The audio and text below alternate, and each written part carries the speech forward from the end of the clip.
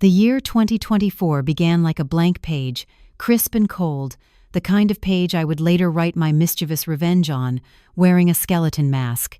I sipped coffee in my apartment that first morning, staring out at streets wrapped in winter's quiet, and told myself, maybe this year would be different. Maybe life would finally feel lighter. For a fleeting moment, I believed it. Her laughter lingered in my memory like sunlight, warm and persistent, stretching across 2 years that felt longer, richer, a tapestry of jokes, late-night conversations, whispered dreams in the dark. I loved her fiercely, maybe too fiercely, maybe too naively. Then came the fracture.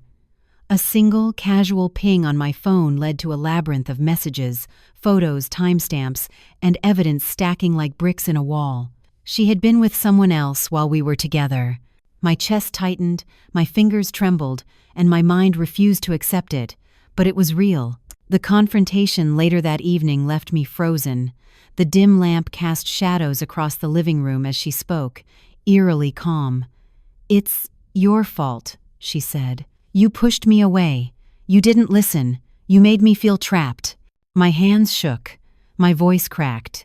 The world tilted. How could she shift the blame like that? And then, suddenly, she was gone. Blocked. Erased. The silence that followed was suffocating.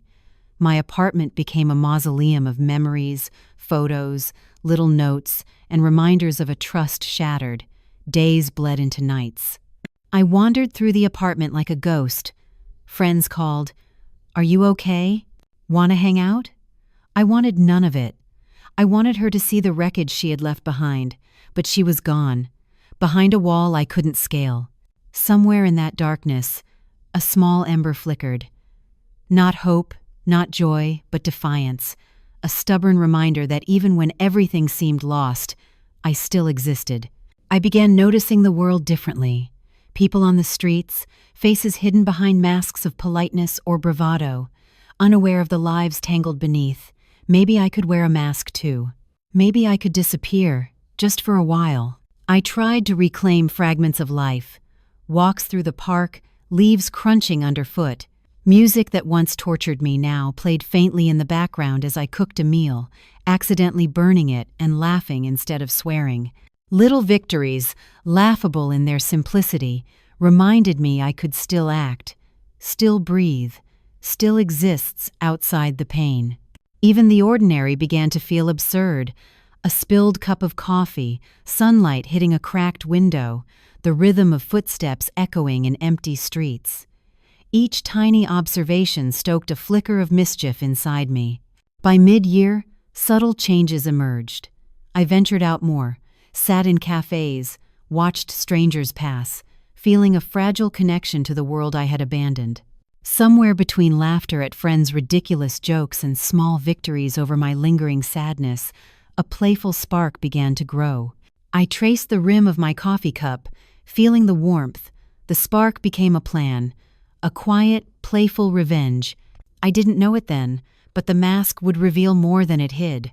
February arrived quietly, indifferent to the wreckage of my heart.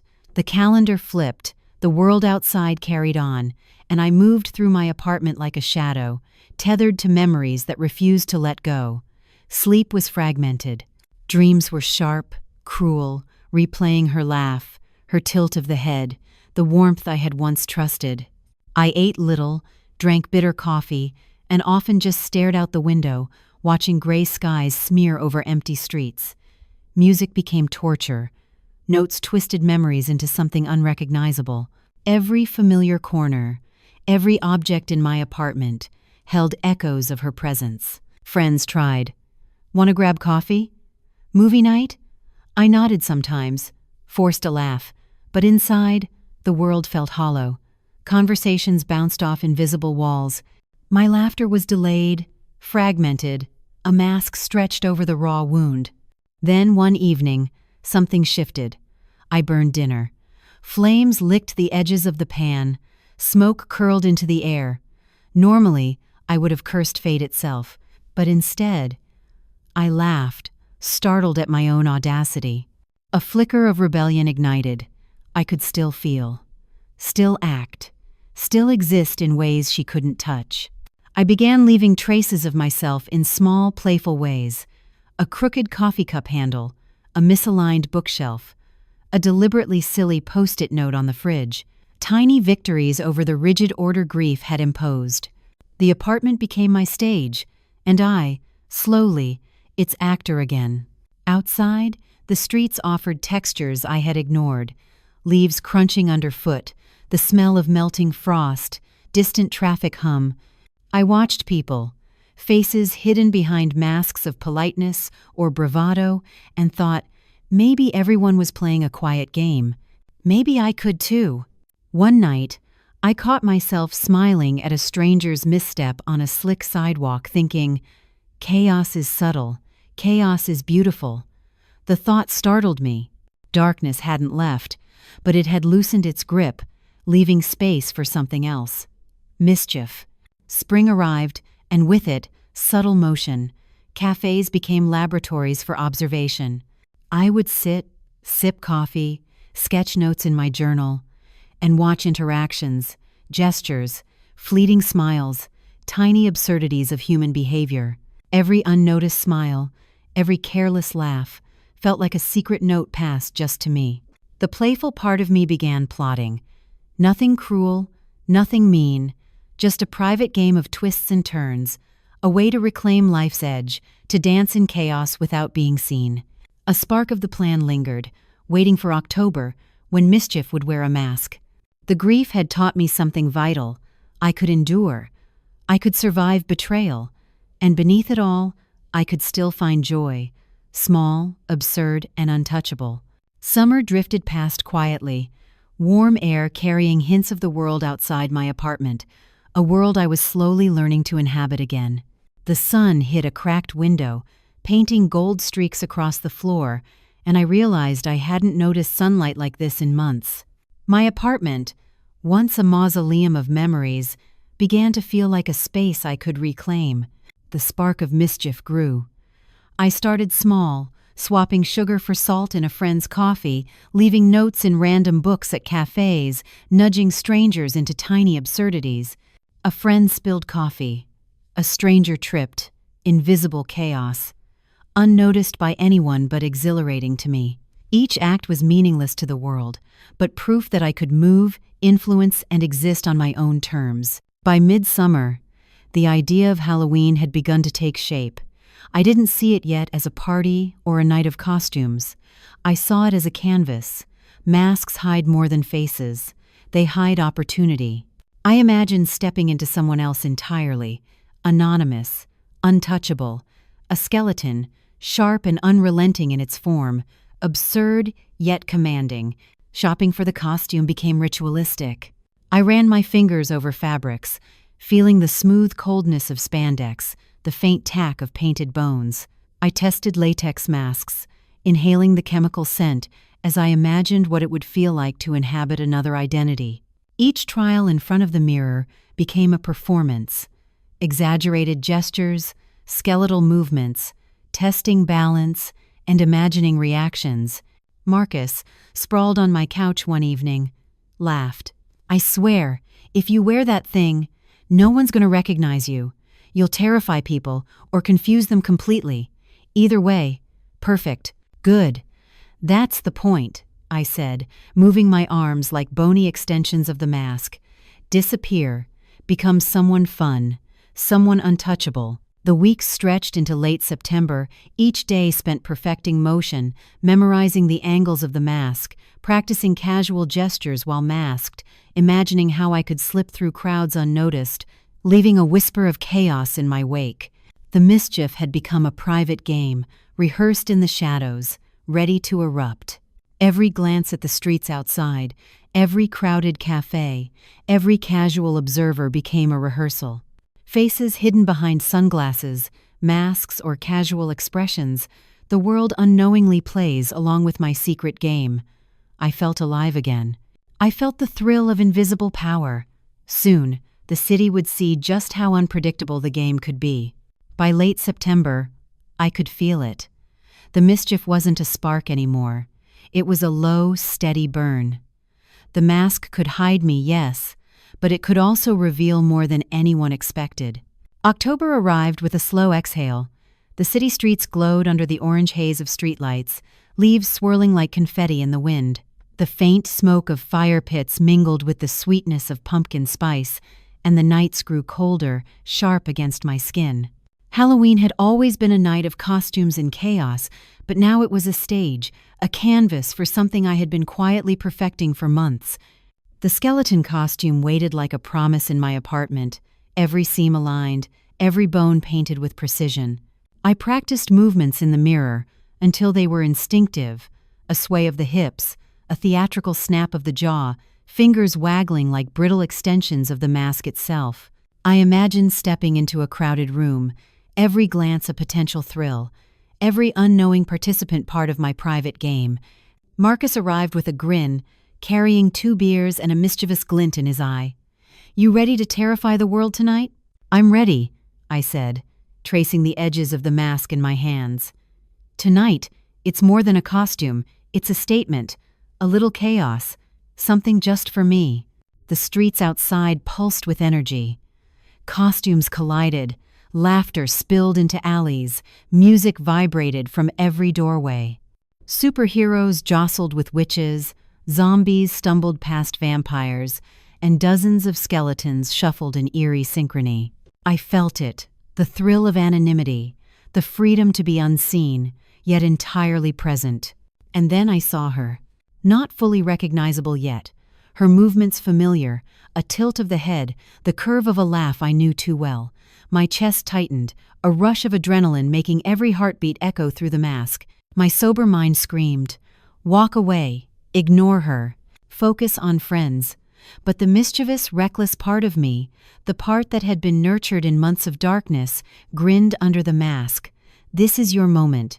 I weaved through the crowd, careful not to draw attention, every motion exaggerated yet casual, testing the rhythm of the chaos. Her eyes flicked in my direction, curiosity twitching in subtle gestures.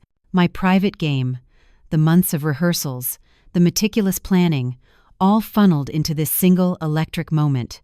Every beat of music, every pulse of light, heightened the tension.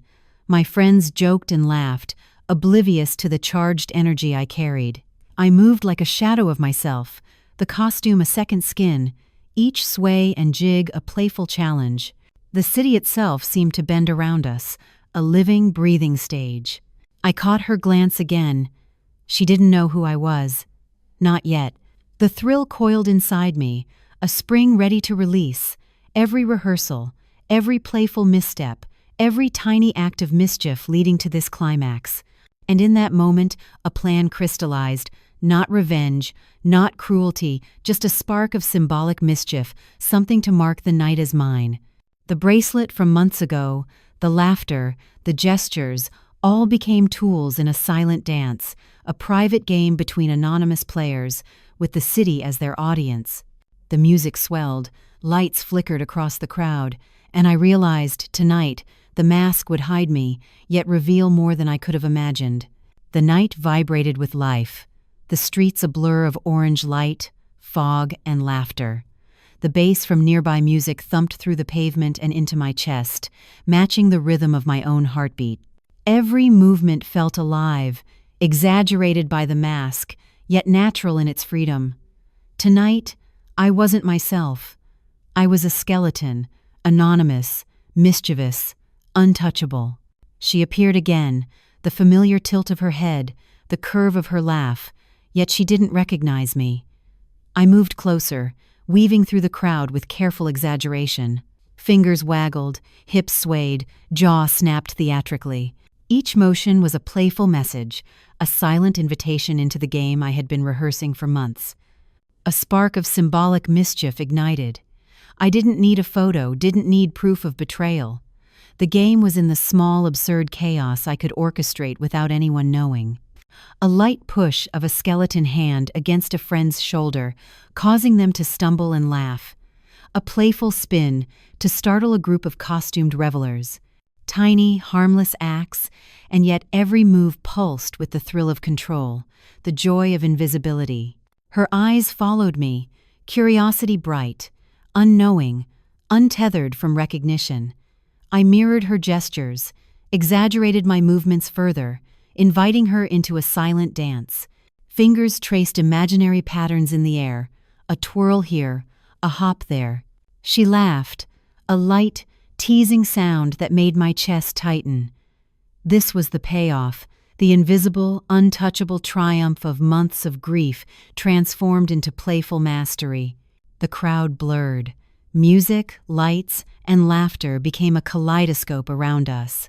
We existed in our own private rhythm, a pair of skeletons moving with absurd synchrony, the world oblivious to the story unfolding in miniature. Every glance, every gesture, every mimicry built tension and delight. Then I stepped back, letting the distance stretch like a wire. I wasn't seeking recognition. I didn't need it. The thrill wasn't in revealing myself. It was in orchestrating the perfect game, the invisible mischief. She looked around, puzzled, frustrated, trying to place the mystery skeleton, and I disappeared into the night, a shadow among shadows, leaving only laughter and wonder in my wake. Later, my friends sent a screenshot, a story asking if anyone had seen a skeleton causing chaos at the event. She had no idea. Not a clue. The anonymity amplified the victory, the mischievous perfection of the night. Walking home, the cold air biting my cheeks, I felt a lightness I hadn't known in months. The darkness of heartbreak, the heaviness of grief, had been distilled into pure exhilaration. The skeleton mask wasn't just a costume, it was a vessel for reclaiming myself, for dancing through chaos, for laughing without apology. And in the quiet of the early morning, as the city settled into post-Halloween calm, I smiled under the mask, knowing this night would live inside me forever. Months of pain, frustration, and betrayal had condensed into one absurd, perfect, untouchable moment. Sometimes, the smallest mischief carries the heaviest victory. The morning after Halloween arrived quietly, almost anticlimactically. Streets were littered with confetti, fallen leaves, and the remnants of revelry. Smoke lingered faintly from fire pits, the sweet scent of pumpkin spice still clinging to the air. To anyone else, it was just another night past. But to me, it was a quiet monument to months of unseen struggle, patience, and planning. The skeleton costume hung in my apartment, wrinkled yet iconic, a symbol not of disguise, but of reclamation. I had stepped through months of heartbreak, isolation, and grief, and emerged not bitter, not seeking revenge, but mischievous, untouchable, and fully alive. I replayed the night in my mind, savoring every absurd, perfect detail, the exaggerated dance, the invisible gestures, the chaos I had sown and vanished into, the way she had searched for me and found nothing. Every laugh, every movement, every stolen moment of control had been mine. Months of pain had condensed into one night of freedom, of joy, of playful mastery. I hadn't needed recognition. I hadn't needed confrontation. The mischief itself, the laughter, the absurdity, the invisibility, was reward enough. And as the city returned to its ordinary rhythm, I felt something rare and profound. The world hadn't changed, but I had. The grief that had once weighed me down had been alchemized into resilience, cunning, and the courage to reclaim life on my own terms. Sometimes the smallest acts of chaos carry the heaviest victories, and that night, in the heart of Halloween, I had won.